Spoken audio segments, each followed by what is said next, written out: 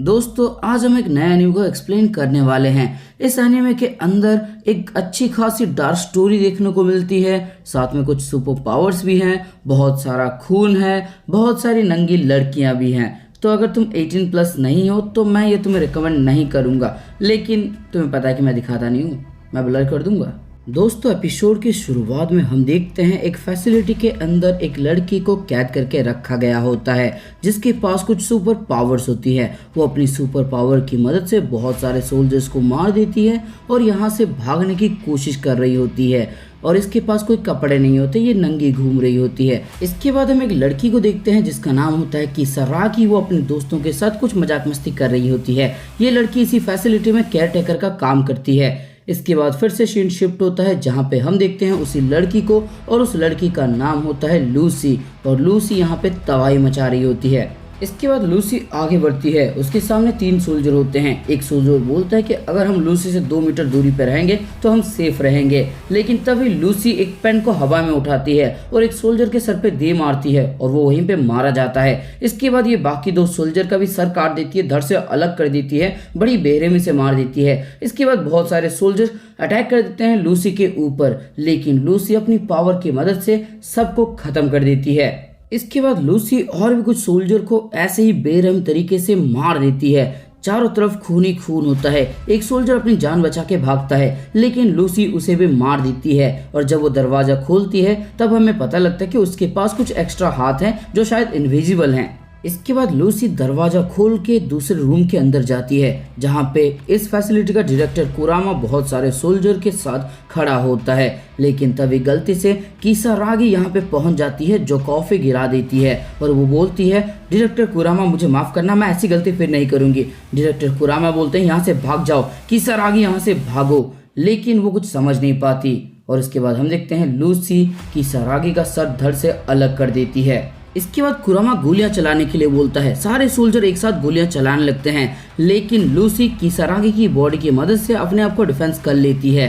इसके बाद लूसी एक पेन को उठाती है अपनी ताकत की मदद से और एक सोल्जर को मार देती है, लेकिन उसके बाद गोलियां चलना बंद हो जाती है। कुरामा बोलता है क्या बात है, तुमने गोलियां चलाना क्यों बंद कर दिया? और तब सोल्जर बताते हैं कि उनके पास अब बंदूक में और बुलेट नहीं है। इसके बाद लूसी फिर से तबाही मचाती है। वो किसी का सर उड़ाती है, किसी का हाथ पैर काट देती है, किसी को बीच से फाड़ देती है, तो किसी का दिल निकाल के उसे मार देती है।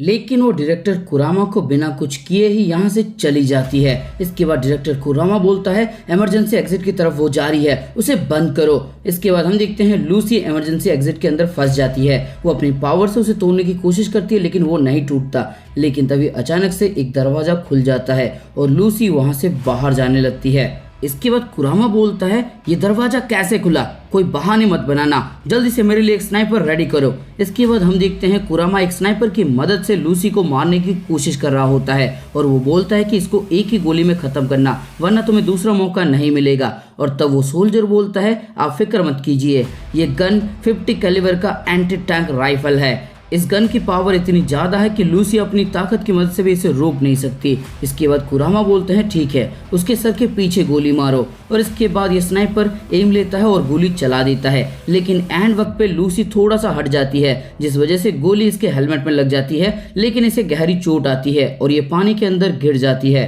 इसके बाद हम एक यंग लड़की को देखते हैं जो शायद किसी को ढूंढ रही होती है, और तभी वो एक लड़के से बोलती है हे तुम तो कोटा हो ना? और वो लड़का घूम के देखता है और हैरान होता है। और तब ये लड़की बोलती है मैं यूका हूँ, तुम्हारी कजन, मैं स्टेशन के पास तुम्हें देख नहीं पाई, इसीलिए मैं इधर उधर तुम्हें ढूंढ रही थी। इसके बाद कोटा बोलता है कि मुझे माफ करना, लेकिन तुमने मुझे कैसे ढूंढा? और इसके बाद यूका बोलती है तुम्हें याद है ना बचपन में तुम यहीं से समंदर को देखा करते थे, तो मुझे याद था, बस इसी तरह से मैंने तुम्हें ढूंढ लिया। इसके बाद कोटा बोलता है कि हाँ यहाँ का नज़ारा अभी भी नहीं बदला है। और तब यूका बोलती है तो चलो हम इतनी दूर आ चुके हैं तो चलो जाके समंदर देखते हैं। और वो कोटा को घसीटते हुए समंदर की तरफ ले जाती है। इसके बाद ये समंदर के पास पहुंच जाते हैं और यूका बोलती है तुम्हें याद है हम यहाँ पे बहुत ज़्यादा खेला करते थे, तुम, मैं और कनाई। कनाई आखिरी बार के लिए यहाँ पे शीशल को कलेक्ट कर रही थी, लेकिन जैसे ही कोटा कनाई का नाम सुनता है वो थोड़ा सा मायूस हो जाता है, वो वहीं पे बैठ जाता है। और इसके बाद हमें पता लगता है कनाई कोटा की छोटी बहन थी जो मर चुकी है। लेकिन तभी यूका बोलती है कोटा जरा उधर देखो, और हम देखते हैं इन दोनों के सामने लूसी खड़ी होती है। लूसी को देखने के बाद यूका बोलती है आखिरकार यहाँ पे क्या हो रहा है, और कोटा बोलता है मुझे कैसे पता। लेकिन तभी लूसी कुछ अजीब सा बिहेव करने लगती है और बोलती है न्यू, और उसके बाद अचानक से वो भागने की कोशिश करती है लेकिन वो नीचे गिर जाती है और इसके बाद वो छोटी बच्ची की तरह रोने लगती है। यूका कोटा का जैकेट उतारती है और उसे पहना देती है और बोलती है कि शायद ये हमारी भाषा समझ नहीं पा रही है, लेकिन देखो इसे काफी गहरी चोट लगी है। और तभी वो उसके सींग को हाथ लगाती है। उसे लगता था कि शायद ये कोई हेडबैंड है, लेकिन उसे पता लगता है कि ये असली के सींग है, जिसको देखने के बाद यूका काफी हैरान होती है। इसके बाद कोटा को कुछ अजीब चीजें याद आने लगती है, उसका सर चकराने लगता है। लेकिन तभी यूका बोलती है कोटा, और ये अपनी दुनिया में वापस आता है और बोलता है क्या बात है। इसके बाद यूका बोलती है इस लड़की को हम ऐसे ही नहीं छोड़ सकते, इसे हम तुम्हारे घर ले जाएंगे। इसके बाद कोटा बोलता है मेरा घर, और इसके बाद यूका बोलती है कि हाँ जिस जगह पे तुम अभी रहने वाले हो।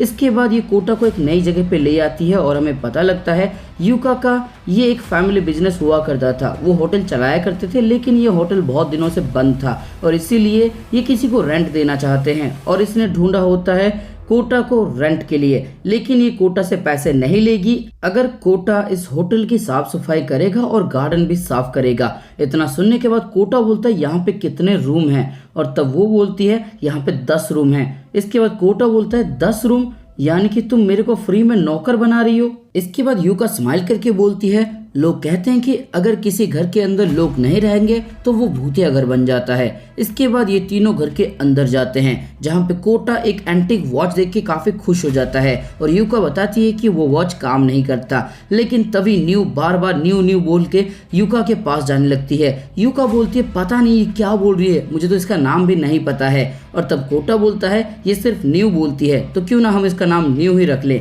और इसके बाद न्यू यानी कि लूसी चुपचाप बैठ जाती है और स्माइल करती है। इतना देखने के बाद यूका बोलती है शायद इसको ये नाम अच्छा लगा, लेकिन असलियत में न्यू ने वहीं पे सुसु कर दिया होता है। वो सुसु के लिए कब से पूछ रही होती है, लेकिन उसको कोई समझ नहीं पाता। इसके बाद कोटा को उस सुसु को साफ करना पड़ता है। इसके बाद यूका न्यू को नहलाने के लिए ले जाती है और नहाने के बाद वो इसे कोटा के कपड़े पहना देती है। कोटा बोलता है कि तुमने मेरे कपड़े से क्यों पहनाए हैं, और तब यूका बोलती है कि इसके पास कोई कपड़े नहीं है, इसे क्या नंगा रखूं, मैं इसके लिए बाद में कपड़े ले आऊंगी। वैसे तुम्हें भूख लग गई होगी, मेरे पास कुछ राइस बॉल्स हैं। और इसके बाद ये सब मजे से राइस बॉल खाने लगते हैं। खाते वक्त कोटा बोलता है कि पता नहीं ये लड़की कौन है, कहाँ से आई है। और इसके बाद यूका बोलते हैं मुझे भी नहीं पता। और हम देखते हैं यहाँ पे न्यू राइस बॉल को खाने की कोशिश करती है, लेकिन उसे खाना नहीं आता।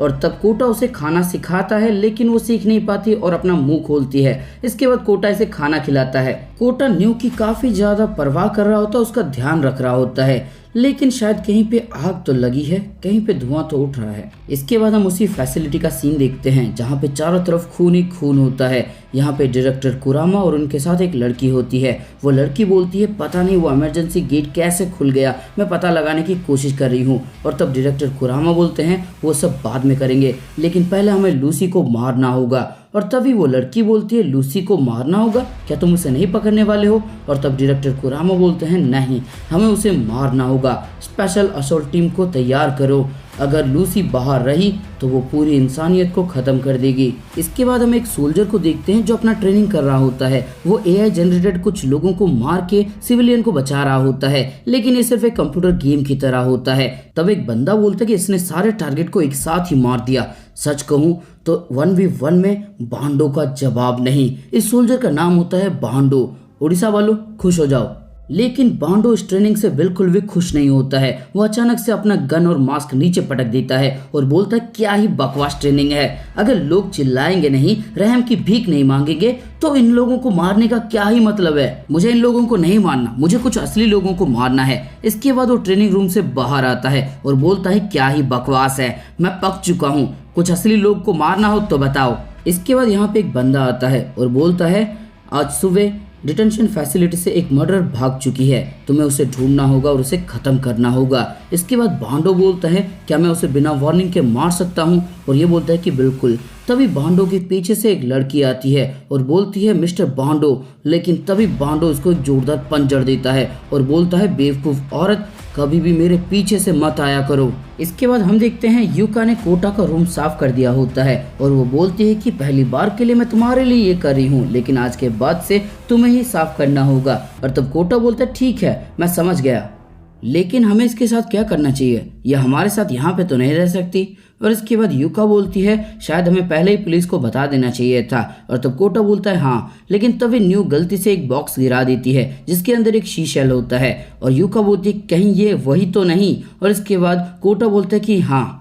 और इसके बाद ये एक फ्लैशबैक में जाता है जहां से हमें पता लगता है कि कोटा की बहन कनाई को ये शीशल मिला होता है। वो बोलती है देखो ये कितना खूबसूरत है। और तब कोटा बोलता है मैं तो हैरान हूँ कि तुम्हें ऐसा कुछ भी मिल सकता है। इसके बाद कनाई अपना पीठ कोटा की तरफ करती है और कोटा उसके सर के ऊपर हाथ रख के बोलता है ठीक है, तुमने अच्छा काम किया। और इसके बाद कनाई बोलती है भाई अगर ये तुम्हें इतना ही अच्छा लगा है तो मैं ये तुम्हें गिफ्ट के तौर पे देती हूँ। और इसके कुछ दिन बाद ही कनाई की मौत हो जाती है किसी अनजान बीमारी की वजह से। इसके बाद कोटा बोलता है कि ये मेरे लिए कनाई की एक याद है, इसीलिए जब मैं यहाँ पे आया तब मैं इसे भी अपने साथ ले आया। इसके बाद न्यू उसी शीशल को लेती है और उसे तोड़ देती है, जिसको देखने के बाद कोटा भड़क जाता है। वो न्यू का कॉलर पकड़ता है और बोलता है कि ये तुमने क्या किया? मैंने कहा ना ये मेरी बहन की याद थी, तुमने ऐसा क्यों किया? तुम आखिरकार क्या समझती हो अपने आप को? तुम क्या सोच रही हो? और तभी युका कोटा को शांत करने की कोशिश करती है, लेकिन कोटा शांत नहीं होता। वो न्यू को डांटने लगता है और बोलता है निकल जाओ यहाँ से, मैं तुम्हारा चेहरा नहीं देखना चाहता, मेरी नजरों के सामने से हट जाओ, निकल जाओ यहाँ से। और इसके बाद न्यू रोते हुए यहाँ से भाग जाती है।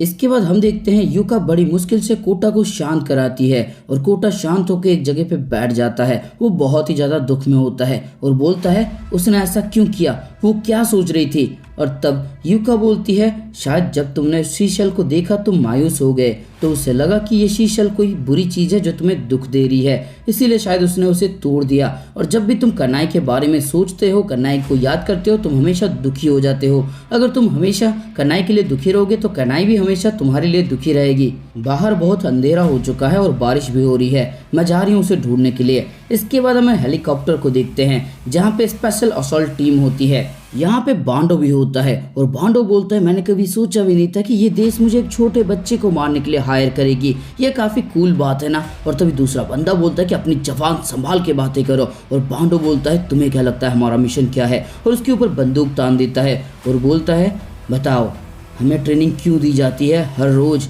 मारने के लिए, है ना? और इसके बाद बांडो ट्रिगर दबा देता है, लेकिन वो गन खाली होता है। इसके बाद बांडो बोलता है क्या तुम समझ गए? लेकिन तभी इनके टीम का जो कैप्टन होता है वो बोलता है तुम्हारा खेलना अगर हो गया हो तो वक्त हो चुका है मिशन को कंप्लीट करने का। तुम्हारा टारगेट एक खतरनाक क्रिमिनल है जिसने 5 मिनट के अंदर 23 लोगों को मारा है। इसके बाद हम न्यू को देखते हैं जो बीच के पास होती है, काफी दुखी होती है, उसके आंखों से आंसू भी बह रहे होते हैं। और दोस्तों इसी के साथ ये एपिसोड होता है खत्म। तो दोस्तों आखिरकार आने वाले एपिसोड में हमें क्या देखने को मिलेगा? क्या बांडो लूसी को मार पाएगा या फिर लूसी बांडो को खत्म कर देगी? क्या इस वजह से कोटा और युका की जान को भी खतरा हो सकता है? कमेंट करके बता देना तुम्हें क्या लगता है। और अगर इस एपिसोड को अभी तक देख रहे हो तो तुम्हें अच्छा लगा होगा तो लाइक कर देना, साथ में अपने दोस्तों के साथ इस अमेजिंग वीडियो को शेयर कर देना। और अगर चैनल पर नए हो तो फिर चैनल को सब्सक्राइब करो और उसके बाद घंटा या फिर घंटी जो भी तुम्हें दिखेगा उसको एकदम जोरों से बजा देना, एकदम टन करके आवाज आ जानी चाहिए।